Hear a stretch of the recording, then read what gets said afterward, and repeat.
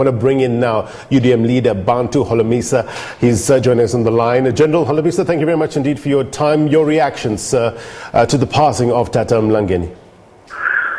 We pass our condolences to the family, in particular his son Silo, as well as to the ANC.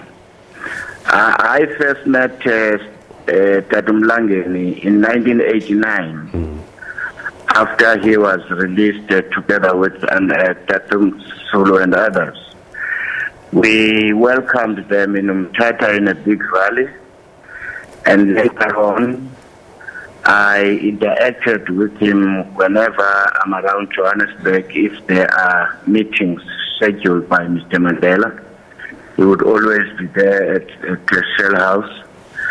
I also had the privilege of being asked by the ANC in my capacity as commander, as head of Transkei government, to analyze to the leadership as to what would be modus operandi of the clerk in unleashing the so-called black-on-black violence. I was accompanied by my deputy, General Matanzima, and General Mgwili. We met the leadership in Umtata at Nkululekweni. Tata Mlangeni was there. Tata Mandela, Coven Mbeki, Raymond Mhlaba, Wilton Mkwai, Elias Mtswaleti, Walter Sisulu, O.R. Tambo, as well as I think I just missed one individual, but it was Joe Kadimeng. We were impressed with the line of questioning and the way we analyzed the situation. But at the end of the day, we agreed in 1990 with the leadership of the ANC I've just mentioned that the plan by de Klerk was to discredit these leaders amongst the black South Africans. So because what on earth, where would they get the weapons to defend themselves? So we agreed that the de Klerk's plan is to derail the whole issue of finding a solution to South Africa's problems. Otherwise, I also played golf on a number of occasions with Tata Mlangeni, and we always joke when he beat us and say, "Where did you play golf? Because you were in jail for 27 years. Were you in jail or were you hidden somewhere?" And we would say, "We need to investigate you." But that was Tata Mlangeni, a very humble person. And recently I went to his home in Soweto during his birthday to present a gift to him. May his soul rest in peace. Bon voyage, Tata.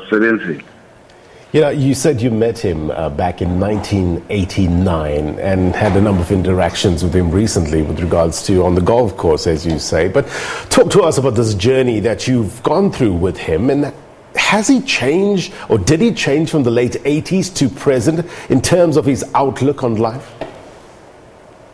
Well, Tata Mlangeni was a humble person. He would always be ready to engage. One thing I always notice with this about Tata Mlangeni and Matibas, they hardly pass any person without wanting to greet first or want to shake a hand. So that was Tata Mlangeni, and his lifestyle didn't change because he was staying in Soweto, a humble home, and I thought maybe he had moved to the leafy suburbs like others. But when I went to see him a few weeks ago, I found that he lives amongst his own people in the area there. And in Parliament, he contributed a lot in the portfolio committees and in debates. And late, he was also vocal about the corruption which is taking place within the ruling party. And no wonder then he was tasked to to head some of the committees within the ANC which are intended to promote the ethics of good governance. And that's, I think, something that cuts across party lines. I was speaking to the EFF earlier on, and they agreed in terms of some of the attributes that he had and how he was angered by corruption, allegations of corruption, malfeasance in South Africa. You know, leaders of today, I'm not talking about just the ANC, but across party lines, what sort of example did he leave for those leaders? Well, obviously, what he has left us with is to say, guys, stay focused. This is not what we went to jail for. For you to be associated with looting of state resources through Bosasa as tenders and channel these monies back to the party and leaders, that is not what the ANC fought for. So the more you do this, you discredit the entire struggle of the black people. Bantu Holomisa, the leader of the UDM, we thank you very much indeed, sir, for your insight and perspective. Thank you. All right.